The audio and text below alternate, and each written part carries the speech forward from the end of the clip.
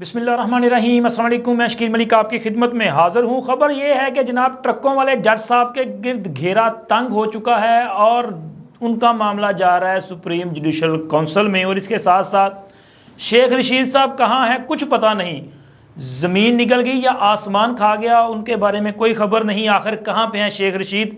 اور اس کے بعد بات کریں گے، لندن میں ایک اہم ملاقات شیڈول ہو چکی ہے۔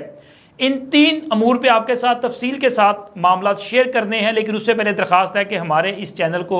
سبسکرائب کر دیں، لائک کر دیں اور ویڈیو پسند آنے کی صورت میں شیئر بھی ضرور کیا کریں۔ تو سب سے پہلے بات کریں گے شیخ رشید صاحب کی۔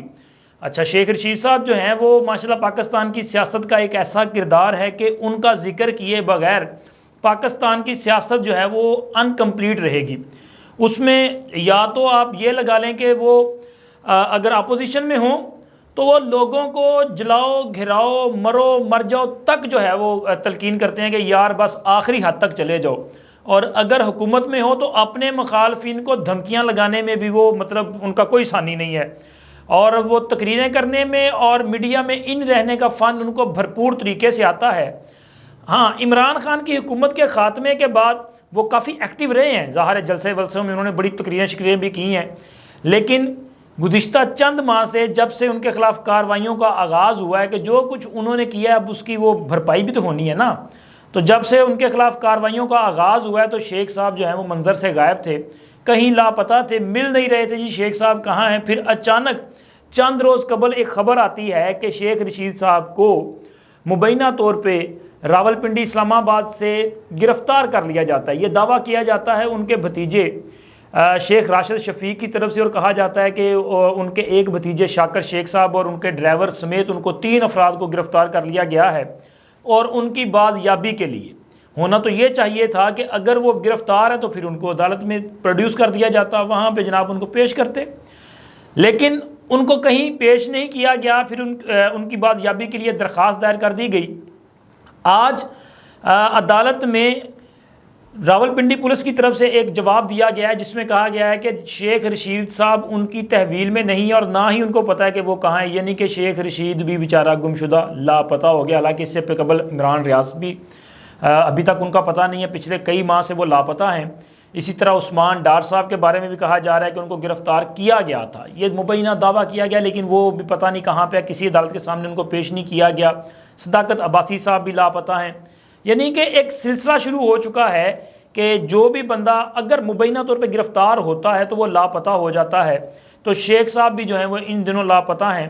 تاہم عدالت کی طرف سے اس معاملے پر 26 ستمبر کی مزید ڈیٹ ڈال دی گئی ہے، جو رپورٹ دی گئی ہے پولیس کی طرف سے اس پر عدم اطمینان کا اظہار کیا گیا ہے۔ لیکن اگر دیکھا جائے عمران ریاض کے کیس کو تو لگ یہی رہا ہے کہ شیخ رشید صاحب کا کیس بھی جو ہے وہ لمبا چلے گا۔ شیخ صاحب اب پتہ نہیں خود پہلے سے چھپے تھے، اب مزید وہ کہیں اور گہرائی میں چھپ گئے ہیں،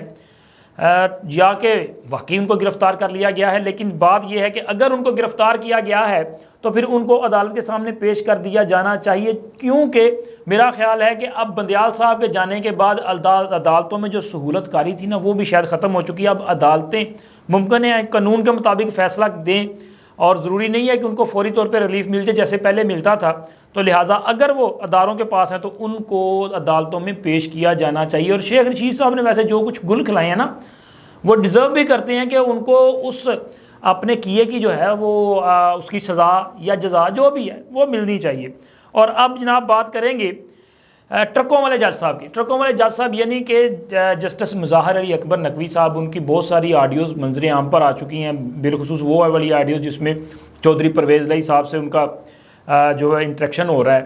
اور ان کے حوالے سے بہت ساری درخواستیں جو ہیں سپریم جوڈیشل کونسل میں بھی پینڈنگ ہیں۔ ان کے درخواستیں جو ہیں وہ وہاں پہ آئی تھی، لیکن چونکہ جسٹس بندیال صاحب ان کے قریبی تھے، یہ ایون کہ جب ان کے خلاف درخواستیں آئیں تو یہ مطالبات کیے جا رہے تھے وکلا جو باڈیز ہیں ان کی طرف سے بھی، مختلف لوگوں کی طرف سے بھی، اور اس وقت کی حکومت کی طرف سے بھی، کہ جسٹس مظاہر علی اکبر نقوی صاحب کی جو آڈیوز جو آئی ہیں ان کا فرانزک بھی ہونا چاہیے، اور اگر یہ درست ہیں تو ان کے خلاف قانون کے مطابق کارروائی، یعنی کہ ایک جج کو فارغ کرنے کے لیے یا تو یہ ہے کہ وہ خود استعفیٰ دے، یا پھر سپریم جوڈیشل کونسل میں ریفرنس جائے گا اور پھر وہاں پہ سپریم جوڈیشل کونسل جو ہے وہ اس کا فیصلہ کرے گی۔ لیکن جسٹس بندیال صاحب نے وہ ریفرنس دبا لیے، اسی طرح دبا لیے جس طرح بہت سارے اور کیسز جو ہیں وہ دبا کے انہوں نے رکھے اور کئی سال تک وہ دبے بھی رہے، اور بندیال صاحب نے بھی جتنا عرصہ وہ بطور چیف جسٹس رہے انہوں نے ان کیسز کو ہوا نہیں لگنے دی، بلکہ صرف ایک جماعت کے کیسز جو ہے وہ بار بار ان کو ریلیف دینے کے لیے وہ کیسز سنے جاتے رہے۔ اور اسی طرح جسٹس مظاہر علی اکبر نقوی صاحب کے خلاف جب مطالبے کیے جا رہے تھے کہ ان کا معاملہ سپریم جوڈیشل کونسل میں آیا ہے تو وہاں پہ ذرا اس کا فیصلہ کر لیا جائے، تو انہوں نے یہ معاملہ سپریم جوڈیشل کونسل کو ریفر کرنے کی بجائے جسٹس مظاہر علی اکبر نقوی صاحب کو اپنے ساتھ نتھی کر لیا۔ ہر بینچ میں وہ ان کے ساتھ بیٹھتے تھے اور ان کو بٹھا کے انہوں نے ایک خاموش پیغام بھی دیا کہ وہ جو ریفرنس آ رہے ہیں اس کی کوئی اہمیت نہیں ان کی نظر میں، اور انہوں نے جسٹس مظاہر علی اکبر نقوی کے پلڑے میں اپنا وزن جو ہے وہ ڈالا تھا اور ان پر بھرپور اعتماد کا اظہار کیا۔ اسی طرح آڈیو لیکس کے دیگر جو معاملات تھے، جیسے کہ ان کی ساسو ماں کا بھی وہ ایشو تھا نا، وہ بھی ماشاءاللہ انہوں نے دبا کے رکھا۔ اب دیکھیں اب اس پہ کیا صورتحال بنتی ہے، لیکن یہ جسٹس مظاہر علی اکبر نقوی صاحب کا جو ریفرنس ہے یہ اب اس پہ ایک کارروائی کا آغاز کر دیا گیا ہے، یعنی کہ موجودہ جو چیف جسٹس صاحب ہیں انہوں نے قانون کے مطابق اس ریفرنس کی جو کاپیز ہیں وہ سپریم جوڈیشل کونسل کے جو ممبران ہیں، یعنی کہ اس میں 3 ممبرز ہیں وہ سپریم کورٹ سے جو ججز ہوں گے، سپریم کورٹ کے سینئر ججز وہ اس کے ممبر ہوں گے، جبکہ 2 لاہور یعنی کہ 2 جو ہائی کورٹس ہیں ان کے جو سینئر چیف جسٹس صاحب ہیں وہ ان کے ممبرز ہوں گے۔ اور اس کے لیے اگر دیکھا جائے تو ہائی کورٹس میں سندھ اور میرا خیال ہے لاہور ہائی کورٹ کے جو چیف جسٹس ہیں وہ اس کے ممبر ہوں گے، اور 3 سینئر جج سپریم کورٹ کے وہ تو آپ کے علم میں ہی ہیں۔ تو یہ جو سپریم جوڈیشل کونسل ہوگی ان کے تمام ممبرانز کو یہ ریفرنس ریفر کر دیا گیا ہے۔ تو ذرائع کے مطابق کہیں سے اس کی کاپیز جو ہیں یعنی کہ چند جو ممبرز ہیں ان کی طرف سے رسپونڈ آ چکا ہے، تاہم جسٹس سردار طارق مسعود جو کہ سپریم کورٹ کے اس وقت سینئر 3 جج ہیں وہ جو چھٹیوں پہ تھے، لہٰذا ان کی طرف سے وہ جو ان کا جواب تھا یا رائے تھی وہ نہیں آئی۔ اب وہ چھٹیوں سے واپس آ چکے ہیں اور قوی امکان یہ ہے کہ آئندہ ہفتے میں ان کی طرف سے سپریم جوڈیشل کونسل کے قیام یا جسٹس مظاہر علی اکبر نقوی کے ریفرنس کے حوالے سے ان کی اوپینین سامنے آ جائے گی۔ اگر ابتدائی جائزے میں وہ یہ فیصلہ کرتے ہیں یا وہ یہ سمجھتے ہیں کہ یہ جو ریفرنس ہے ان پر سماعت ہونی چاہیے، ان پر کارروائی ہونی چاہیے، تو پھر اس پر سپریم جوڈیشل کونسل کا قیام عمل میں آ جائے گا اور جسٹس مظاہر علی اکبر نقوی صاحب کے خلاف جو ریفرنس ہے یہ شکایات جو ہیں ان پر کارروائی کا آغاز کر دیا جائے گا۔ اور ممکن ہے کہ اگر کارروائی کا آغاز کر دیا جاتا ہے تو پھر سپریم جوڈیشل کونسل وہ جو آڈیوز ہیں ان کا فرانزک بھی کروائے گی، اور فرانزک ثابت ہونے کی صورت میں پھر آپ کو پتہ کیا ہونا ہے، پھر وہی ہونا ہے جو منظور خدا ہے، یعنی کہ جسٹس مظاہر علی اکبر نقوی صاحب کا یہ کیس پٹ ہونے کے بعد ان کا مزید سپریم کورٹ میں رہنا کافی مشکل دکھائی دیتا ہے۔ حتمی فیصلہ عدالت نے کرنا ہے، ہم کو اس پہ ایسی پریڈکشن نہیں کر سکتے، لیکن چونکہ اگر ان کے فرانزک ہو جاتا ہے تو پھر اس کے بعد جسٹس مظاہر علی اکبر نقوی صاحب کا جو ہے وہ مشکل ہوگا، یعنی کہ یا تو پھر ان کے خلاف فیصلہ آئے گا یا وہ ریزائن کریں گے۔ تو دونوں صورتوں میں سپریم کورٹ سے ان کا جانا جو ہے وہ ٹھہر گیا ہے۔ ہاں اور بھی ججز کے نام ہیں، لیکن دیکھیں ان کو کیسے ان کے خلاف معاملات کو آگے لے کے جایا جاتا ہے، لیکن جسٹس مظاہر علی اکبر نقوی کا میں نے کہا آپ کے ساتھ شیئر کر دیں۔ اور جناب آخر میں ہم نے بات کرنی ہے، لندن میں اہم ملاقات شیڈول ہو چکی ہے۔ ایک تو میں نے اپنی اس سے پہلے جو ویڈیو ہے اس میں آپ کے ساتھ ڈیٹیل کے ساتھ چیزیں شیئر کی تھی کہ لندن میں کیا فیصلے کیے گئے ہیں، جو آج کی میٹنگ ہوئی تھی میاں نواز شریف کی زیر صدارت، اس میں میاں نواز شریف کی واپسی کے حوالے سے، اسی طرح مسلم لیگ نون کا جو آئندہ الیکشن میں بیانیہ ہوگا اس کے حوالے سے، اور اسی طرح اور جو افواہیں چل رہی ہیں ان کی تمام تفصیلات میں نے اس میں شیئر کی ہیں، لیکن اس میں اس کا تسلسل ہے کہ اس میں مزید جو فیصلے ہوئے ہیں وہ بھی ہیں، اور اس کے ساتھ ساتھ ایک بڑی اور میٹنگ شیڈول ہوئی ہے۔ تو میں پہلے آپ کو کچھ فیصلے بتا دوں گا۔ جی فیصلے یہ ہیں کہ مسلم لیگ نون کے رہنما جو پاکستان میں موجود ہیں ان کو ڈیوٹیاں یہ تفویض کر دی جائیں گی کہ وہ میاں نواز شریف کے استقبال کے لیے، یعنی کہ جو فوکس ہے وہ ہے لاہور مینار پاکستان کا جلسہ، اس جلسے کو ہر صورت کامیاب کروانا ہے، اور اس کے لیے اب کارکردگی کی بنیاد پہ ٹکٹ کا فیصلہ ہوگا۔ جو بندہ جتنا اس میں وہ کہتے ہیں نا اپنا رسپونڈ دے گا، یعنی کہ آپ نے اس پاور شو کو اگر کامیاب کروایا تو پھر آپ ٹکٹ کے حقدار ہیں۔ اگر آپ اس پاور شو میں صرف وہ کیا کہتے ہیں الفاظی طور پہ آپ کی شرکت ہوئی تو پھر پارٹی کی طرف سے بھی آپ کو صرف جو